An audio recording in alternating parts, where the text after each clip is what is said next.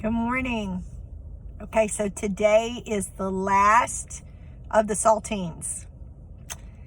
7 parts. 7 is the number of completion. Now, I'm saying I'm complete, but you know the Lord, and He is full of layers and depths, and I believe that's what eternity will be about. Will be about understanding Him and His love for us. And it will take eternity to do that. If you've not seen the other saltine crackers, just go to the YouTube channel and watch. And I just think it's really cool that how the Lord brought this into being. I didn't know it was going to happen, but I'm on my 12th week of communion, and He showed me something else today that's not applicable to saltines, but applicable to blood.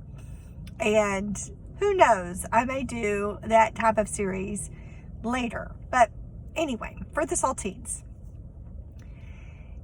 In Isaiah 53, it tells us that everything that Jesus went through, right, in order to save us, right?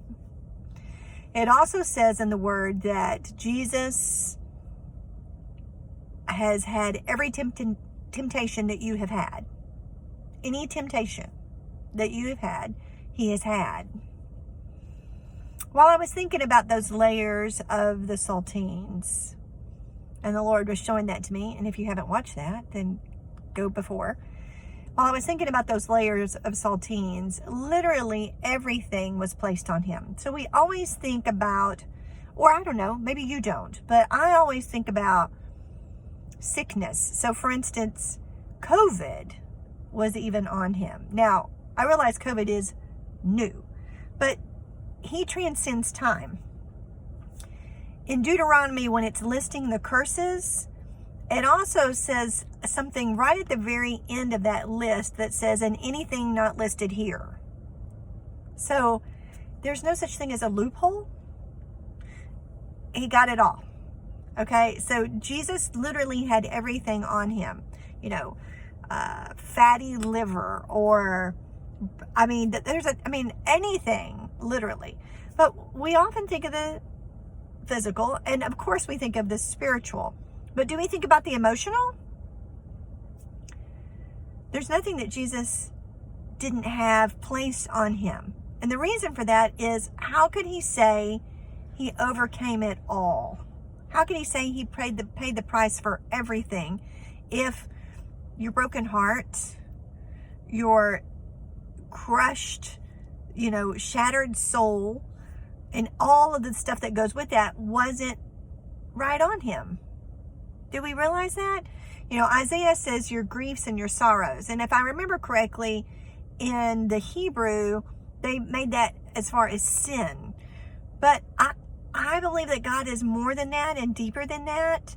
And so guess what? He also bore, if you were an abuse victim, He knows how that felt. Why? It was placed on Him on the cross. All of it. Every bit of it. Anything that is not peaceful to you. And why do I say that? Jesus is the Prince of Peace, and that word is shalom, which means nothing missing, nothing broken, spirit, soul, and body. How could He be shalom if He never experienced that? Then the word doesn't lie.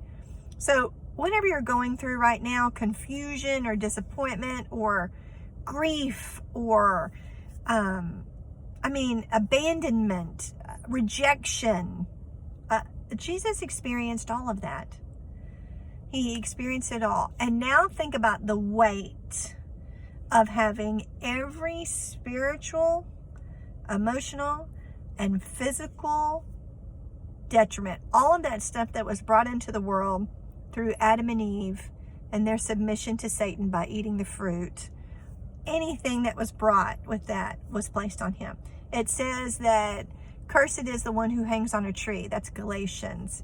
Cursed in every way, in every realm. If you don't know Jesus today, I would love to share Him with you and what He has done regarding today in life, and how you can have joy in the midst of all of that pain and all of that suffering, and that because you have been saved, and that Jesus, John 16:33 says that he has robbed, in the Amplified Version, that he has conquered the world and robbed it of any power to harm us. Why? Because he overcame it all. Blessings.